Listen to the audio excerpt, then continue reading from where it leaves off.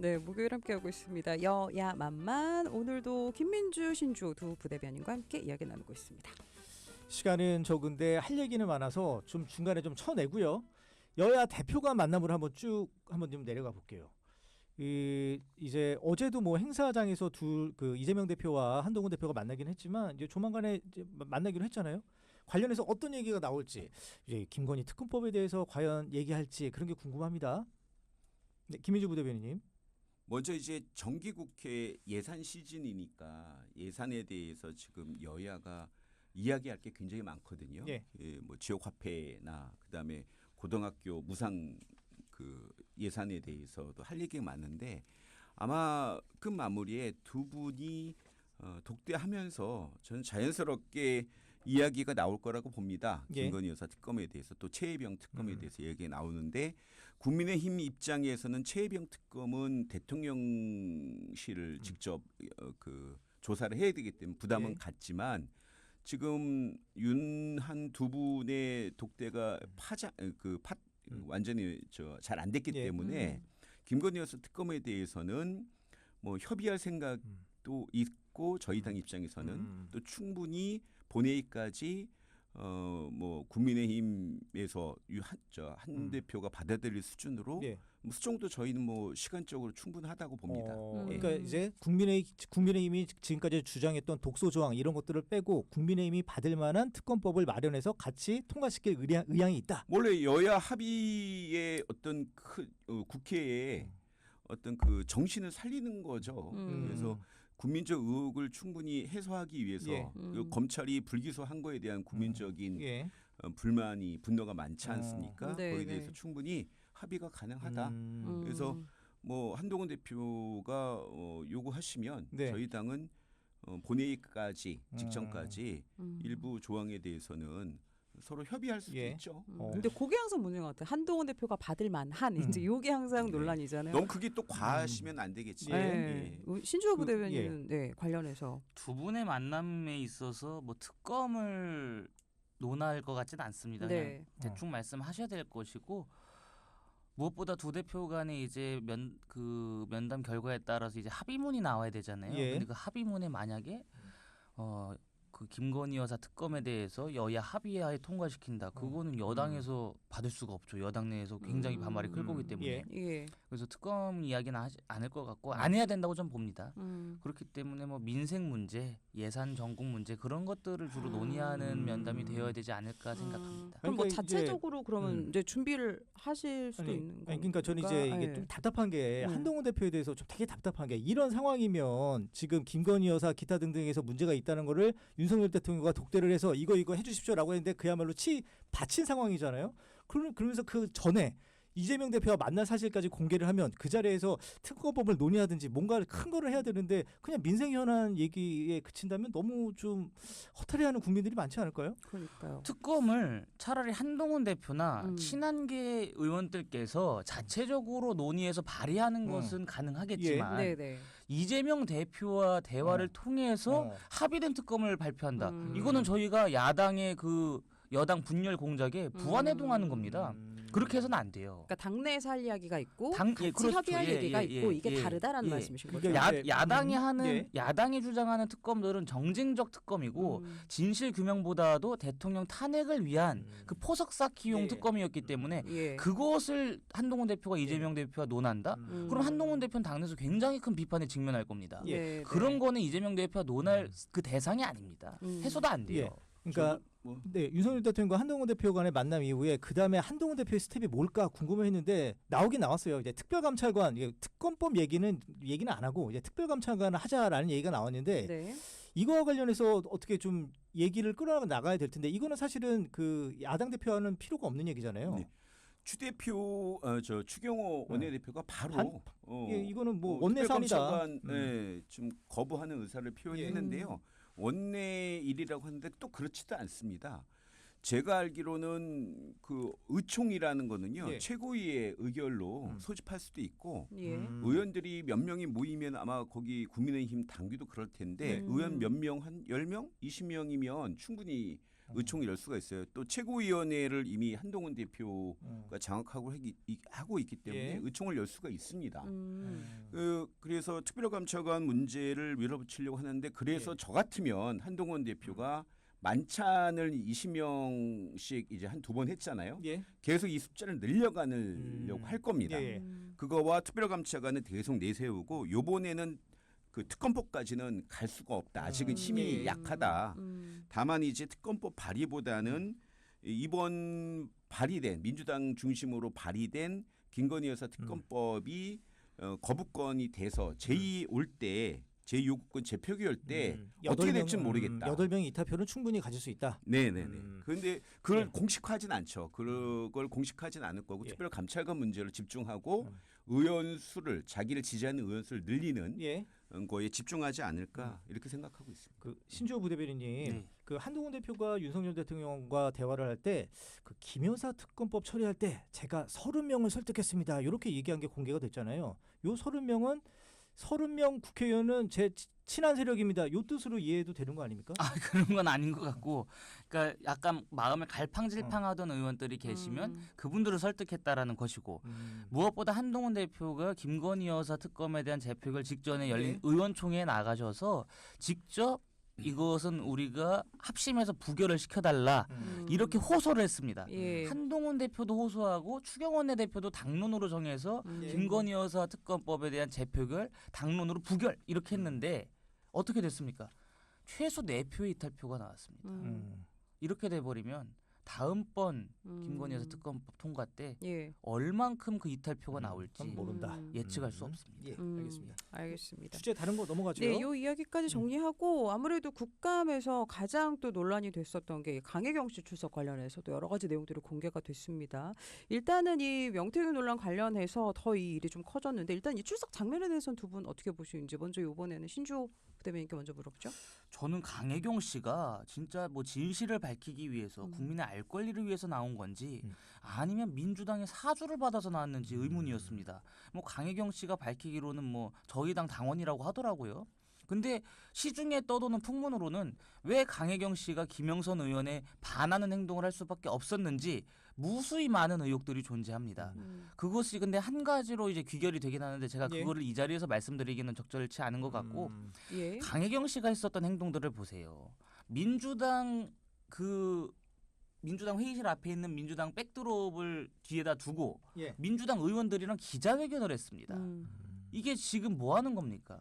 증인이 진짜 순수한 마음으로 중립적인 심정으로 국민들을 위해서 예. 이 뭐 쉽게 말하면 정치권에 있는 비위를 밝히기 위해서 그 자리에 온 겁니까? 아니면 민주당이 주장하는 정치적 논리에 함몰돼서 민주당이 말하는 것을 그대로 반복하기 위해서 나온 겁니까? 예. 저는 강혜경 씨가 개인적으로 민주당의 사주를 받지 않은 이상 이렇게 못한다고 봅니다. 네, 의도가 있는 것 예. 같다라는 이야기시고요. 김민주 부대변인. 네. 그 지금 여당 주장 중에 또 하나가 이 강혜경 씨가 계속 발언하는 게 이게 모두 명태균 씨 전원 아니냐. 명태균은 거짓말도 잘해서 이 사람은 정치하면 안 돼라는 게 이유라서 자기가 국감까지 나왔다고 하는 건데 이 강혜경 씨한테 명태균이 한 말이 다 거짓말이 아니라는 보장이 있냐 이렇게 지금 얘기를 하고 있거든요. 여기에 대해서는 어떻게 보십니까? 저는 조금 시각을 달리 보고 이 사건 말고 지금 명태균 씨하고 강혜경 씨가 계속 경쟁하듯이 카톡하고 녹취 파일을 꺼내놓고 있잖아요. 그렇죠. 예. 근데 명태균 씨하고 강혜경 씨가 원래 어느 쪽 사람이었습니까? 그 정부 여당 쪽. 국민의힘 예. 김영선의 보좌관이었고 김영선 측근이었고 대통령과 대통령 김건희 여사하고의 밀접한 관련이 있는 예. 분들이시잖아요. 얼마 전에 또 그 김 행정관의 십상시 그 폭탄 발언도 나왔고. 예. 잘 이거 보세요. 지금 내부에서 더 많이 터질 겁니다. 더 많은 제2의 명태균, 제2의 강혜경, 제2의 김 행정관이 김대남 씨 계속 나올 겁니다. 그리고 지금 지금 조중동의 최근 한 달치 논설 그 제목들을 보세요. 네. 저도 깜짝 놀라요. 그러니까 지금 무슨 말씀을 드리냐면 한 정권이 붕괴가 되기 시작했고 이미 붕괴되고 있다라고 보여지는 거예요. 그래서 이거에 하나의 진실 여부를 떠나서 사실인 건 맞잖아요. 녹취 파일이나 카톡이. 예. 예. 그래서 이것만 보더라도 저는 지금 국가의 기강이 무너졌고 이 국가의 기강이 무너지면 공무원들이나 국정이 제대로 국민의 신뢰를 받기가 어려워요. 예. 대통령이나 정부가 뭘 해도 국민 믿질 않아요. 예. 이건 굉장히 좀 나라로서 불행하다. 내용이 밝혀졌다는 건 사실이지만 그 내용 자체가 사실인지 아닌지 진실 여부는 일단은 떠나서 네, 사실인 지금 건 거는 계속 확인을 올라오고 해봐야 있잖아요. 합니다. 이제 예. 결정적인 한 방이 없었다는 건 음. 우리들이 김건희 여사의 육성을 국감에서 들었어야 된다. 그게 바로 결정적인 한 방이었다라고 했는데 그게 없어서 지금 그런 거잖아요. 그래서 김건희 여사 네. 특검이 필요한 겁니다. 예, 여러 가지 이런 의혹들을 제대로 해명하기 위해서 해소하기 위해서 예. 특검만 답인 거죠. 아니, 신조 부대변인. 명태균 의혹과 관련해서 저는 김건희 여사가 크게 잘못하신 건 아직 안 드러났다고 봐요. 공천 개입 말씀하신 민주당에서 공천 개입 이야기하지 않습니까? 근데 공천 개입이 이루어졌습니까? 근데 김영선 의원의 발언이 있었잖아요. 내가 명태균 덕분에 국회의원이 됐으니까 이런 거 나왔잖아요. 이번에. 그거는 김영선 의원 캠프에서 명태균 씨가 역할을 한 것이라고 저는 봤고 중요한 건 뭐냐면 김건희 여사와의 예. 연관관계가 없었다. 중요한 건 뭐냐면 김영선 의원의 공천에 있어서 김건희 여사가 개입을 했느냐 안 했느냐 이게 본질인 예. 거예요. 근데 이번 총선에서 김영선 의원 컷오프 됐고요. 2022년 그 재보궐선거 때 김영선 의원 공천했었던 윤상현 의원도 예. 자신의 의지대로 한 것이지 외부로부터 압력 안 받았다 이런 말씀하셨거든요. 음. 근데 저는 김건희 여사가 대통령 경선 준비하면서 그리고 대통령 선거 치르면서 도움 받을 수 있는 거 아닙니까? 저는 명태균 씨의 그 사기꾼 같은 분한테 왜 속았느냐 이거에 대해서는 전 비판받을 수 있다고 보지만 예. 그 대통령 후보의 부인으로서 각계각층의 조언을 듣고 최대한 많은 분들한테 도움을 요청했었던 것 그것은 예. 저는 비판할 수는 없다고 봅니다. 그래서 말씀- 예, 말씀하세요. 그러니까 이제 이런 게 문제예요. 지금 계속 모든 언론이나 방송에서 명태균, 뭐 강혜경, 뭐 영적 대화 뭐 네네네. 이런 것들이 나오잖아요. 이런 소모적이고 음. 국가에 도움이 안 되는 이야기만 계속 퍼지고 지금 그거 질문 예, 드리려고 예. 했는데 눈치 말아야 되겠네. 국민 예. 눈썹 뿌리는 것만 나오면 이런 거 다 왈가왈부 필요 없습니다. 다 특검에 넘기고 예. 정치권은 민생 살리기에 집중해야 된다. 예. 예, 그래도 이제 우리가 또 궁금한 것도 풀어야 되니까 이 국감에서 화제가 됐던 발언, 이것만 좀 소개하고 좀 신조 네, 부대변인 말씀드릴게요. 윤석열 그 강희경 씨가 이런 얘기를 하잖아요. 그 윤석열 대통령은 장님이지만 칼을 잘 휘두르기 때문에 장님의 무사.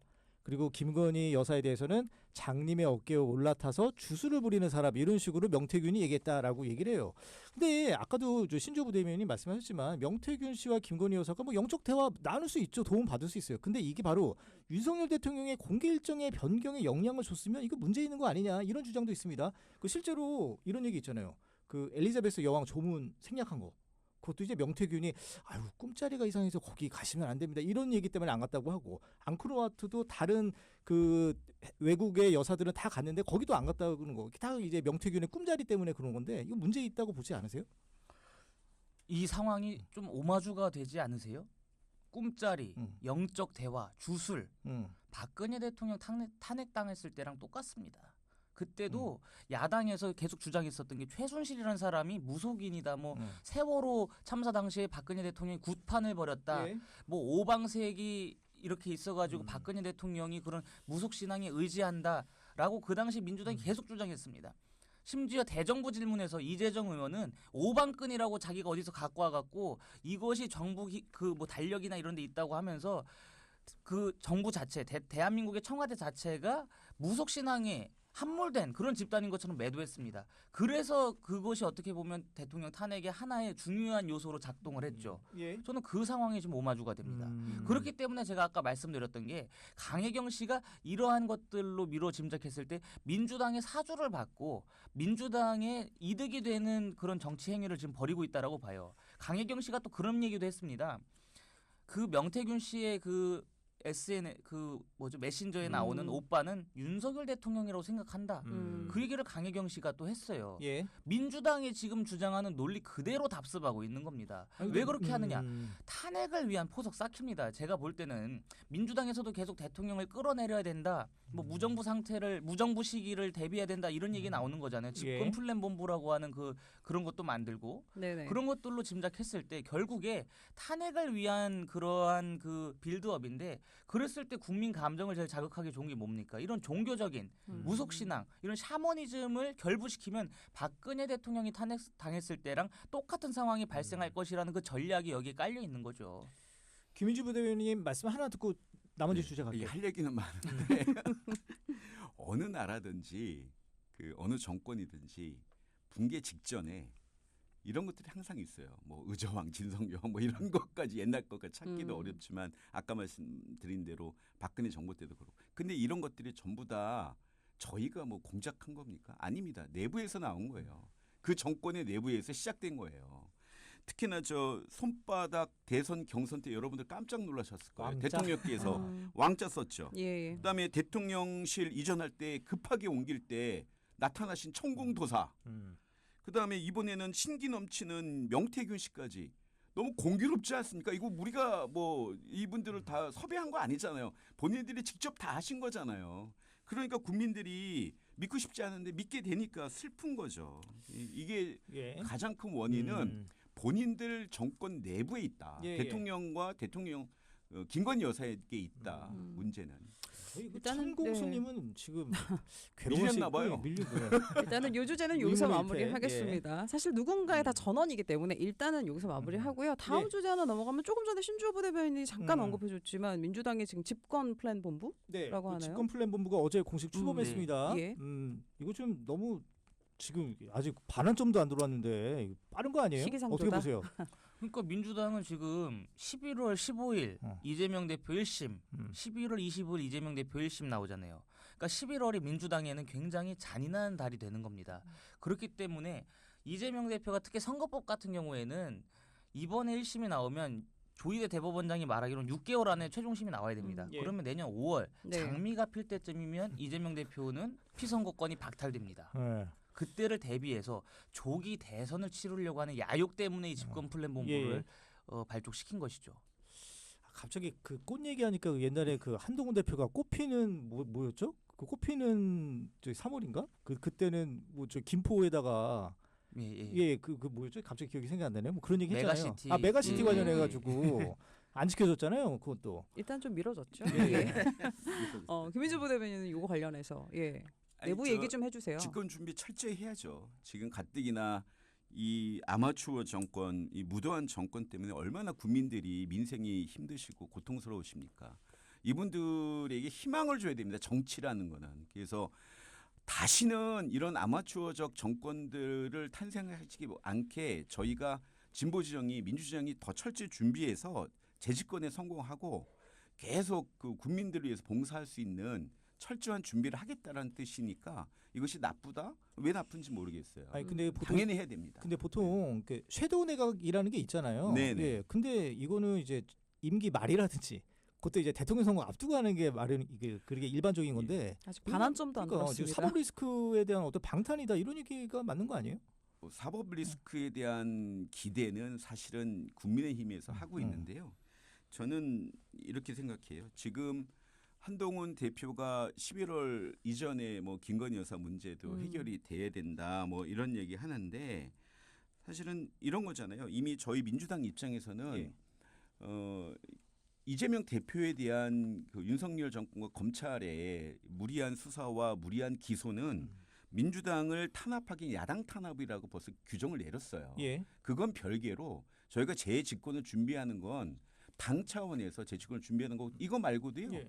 저희가 인재위원회 그다음에 그 지방선거를 지금 아직 1년 반 2년 가까이 남았지만 그 민주당 그 지방선거를 준비하는 지방자치혁신단 예. 같이 이미 한 달 10월 초에 다 발족식을 했습니다.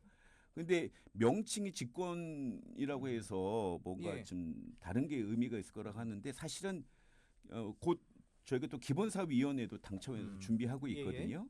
사실은 모든 준비를 열심히 하고 있습니다. 재집권을 위해서. 아니 그 김민주 부대님이 요거 하나 여쭤볼게요. 그 제가 민주당 그 관계자한테 좀 들은 얘기는 요 집권 플랜 본부의 좀 다른 의미를 얘기하더라고요. 그러니까 민주당 내 지금 이재명 대표가 일극 체제인 건 맞으나 네. 그 뭐 2인자, 3인자 요런 자리를 그러니까 파벌을 좀 정리하기 위해서 미리 그 어떤 집권 플랜을 만들어 놓으면 이른바 친문 세력이라든지 다른 세력이 끼어들지 못하게 만드는 그런 효과가 있지 않겠냐 이런 얘기를 하더라고요. 이거 어떻게 좀 납득이 가세요?